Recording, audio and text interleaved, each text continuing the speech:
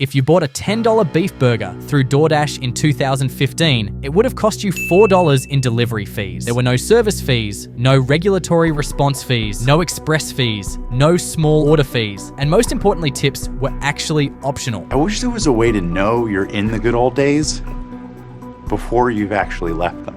This was the promise DoorDash sold us, and we bought into the lies. At one point, they were loved by almost everyone. Yes. From the restaurants to the Dashers to the customers. People that DoorDash would later screw over once they gained enough traction.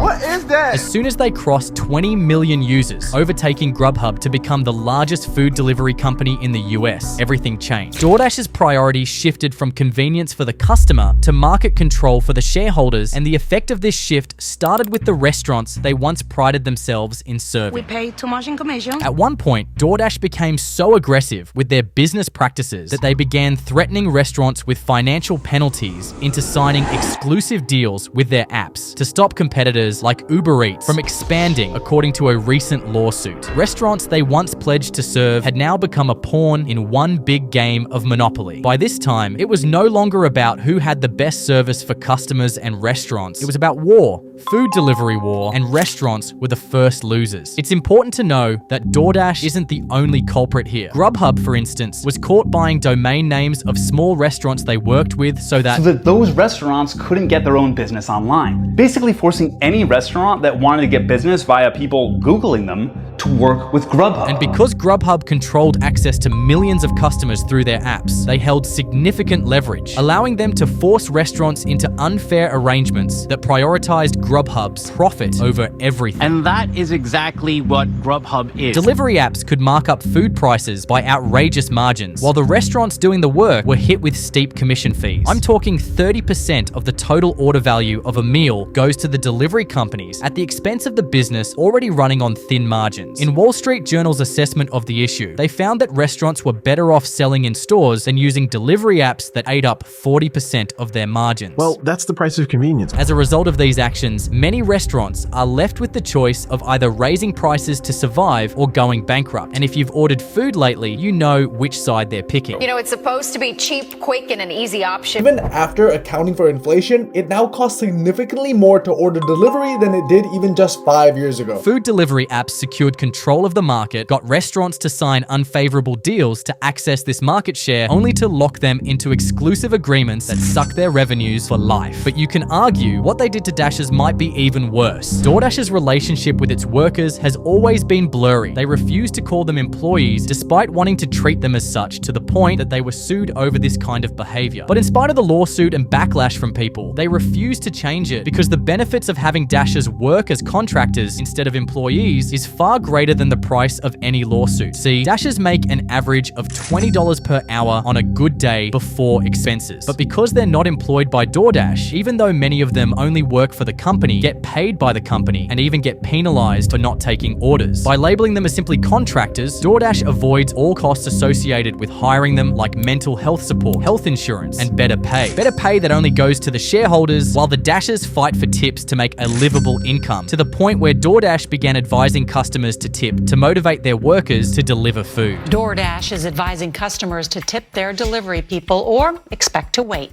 The delivery service has been testing a warning message for customers who leave a $0 tip at checkout, saying it could take longer to get your food.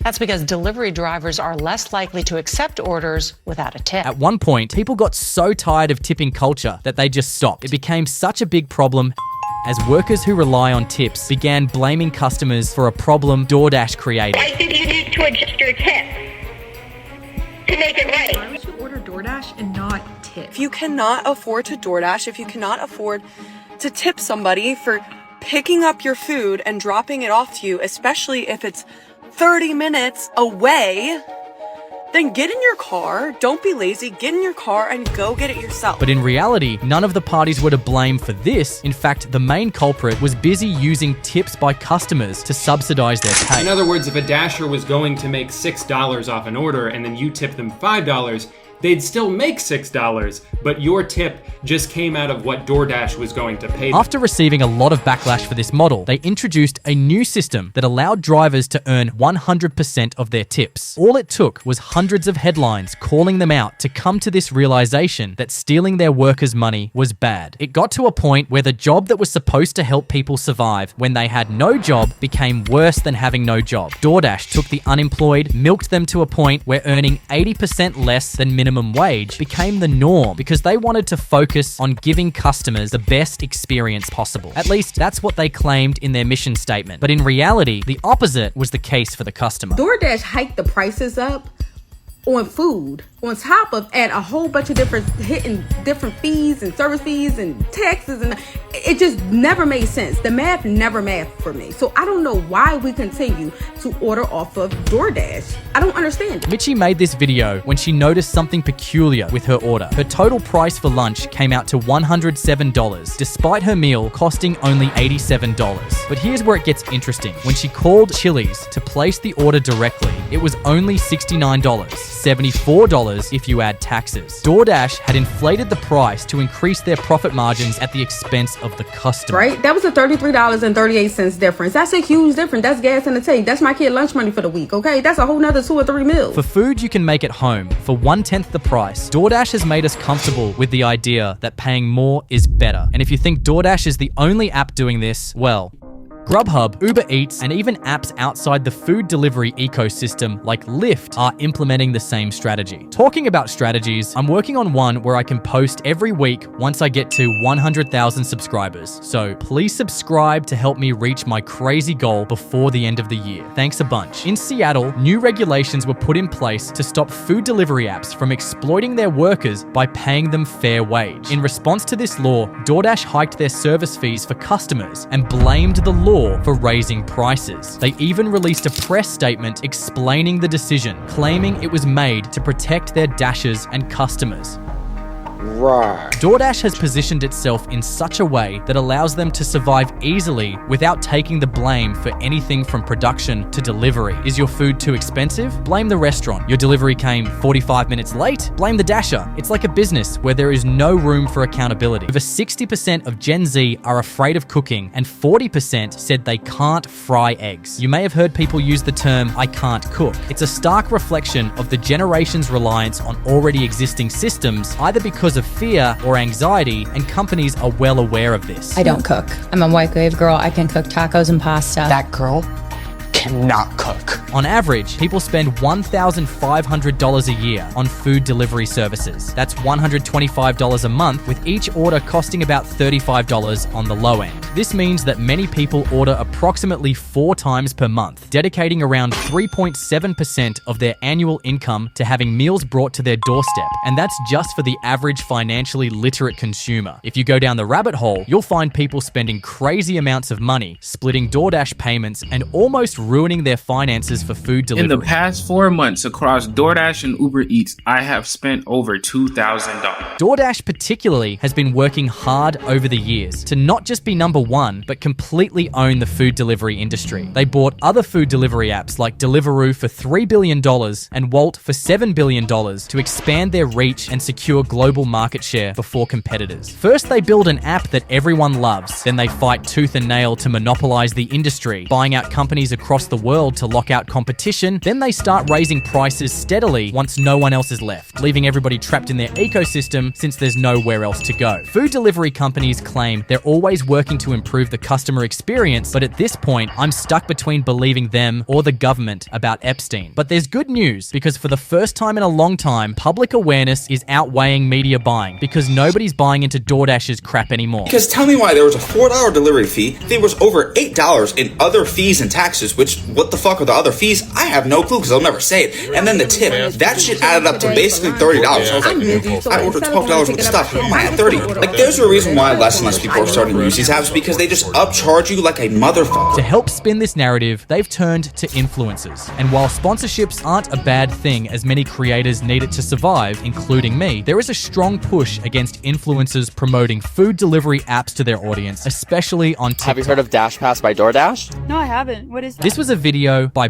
Brad, a TikTok frugal influencer who had taught his audience for years to be smart with money. As expected, the ad did not resonate well with them the first time, but I assume his contract was for 2 videos, because despite the pushback, he made another for DoorDash Pass. If you need a ride, Dash Pass by DoorDash helps you get cheaper rides with Lyft. Every Dash Pass member gets 5% off on-demand Lyft rides and 10% off scheduled airport Lyft rides. Which just caused more pushback, because as I said, his content is all about saving money. So advertising DoorDash, a service that facilitated overspending, was, as many put it, very off-brand, leading to the classic apology video. Hey guys, I know we need to talk because there was a sponsored post that I made recently and it got quite a variety of reactions. I've made a severe and continuous lapse in my judgment, and I don't expect to be forgiven. The creator may have given the classic apology to his supporters, but it highlights a very real problem with influencers willing to look the other way over the practices they preach when they're financially motivated. I'm just glad he came to the realization soon and set things straight with his audience fast. It's never fun to feel like a letdown to people or to disappoint people, and I know I did. But DoorDash and friends know that there are many other creators on TikTok, Instagram, or even YouTube who would accept a quick check to go against their audience, intentionally or unintentionally. Remember that DoorDash started because many restaurants didn't have the logistics in place to handle food delivery. Probably only pizza places focused on delivery when other restaurants were doing drive-through. But that's not the case anymore. According to a survey by UpMenu, 70% of people now prefer to order directly from the restaurant to purposely bypass DoorDash, Uber Eats, and Grubhub. When people are not cutting out the middleman they're cooking at home, as the desire to relearn lost habits is on the rise again. If you go to YouTube or TikTok, you'll find cooking tutorials with millions of views, as the desire for food recipes and cookbooks are making a comeback. Lovely. Nice and creamy. Now, paying a delivery fee, we screwed up fee, and a service fee, which can add up to almost double the cost of the meal itself, is not what many people signed up for, especially when you consider the fact that these payments are just going to the middleman and not the people doing the work of making the food or delivering it. Not to say that food delivery is completely useless, but it's a case of fixing yourself into a situation, screwing everyone else only to demand more pay from both sides of the table. DoorDash on one end is fighting through lawsuit upon lawsuit. Just a few months ago, they were ordered to pay back over $16 million in settlement for the Dashers they wronged between 2017 and 2019. The Attorney General who fought to secure this settlement for the people, Attorney General James, said she wanted a system where there could be full transparency in DoorDash's payment practices moving forward. Over 63,000 drivers who delivered food for DoorDash during this period are eligible to get back what was taken from them as a result of this settlement. As regulations grow tighter and tighter, food delivery companies are forced to treat customers better, pay drivers fair wages, and honestly, it feels like nothing can ever go wrong from here. Until DoorDash, Uber Eats, and Grubhub realizes that the one set of people causing their problems in the first place are the contractors. They're both a cost to be minimized and commodities that can be easily replaced. If they can cut out the middleman, they would not just be saving themselves from countless future lawsuits, but also saving themselves from higher costs. DoorDash is launching drones with their partner Flytrex to deliver food faster and more efficiently without the need of Dashers. Echo, take it off. Uber Eats is pushing more and more for self-driving cars capable of taking food from restaurants directly to customers, as they believe it takes human error out of the equation. Today says it takes the human error out of the equation. And there's Grubhub. It seems the cycle never ends, but that's a story for another day. You've been watching Internet Education. Feel free to subscribe if you'd like to support the mission of making education fun again. Okay, we got the subtotal, the taxes, the fees, delivery fees. Would you like to pre-tip? Oh my god, it's like a down payment on a pita.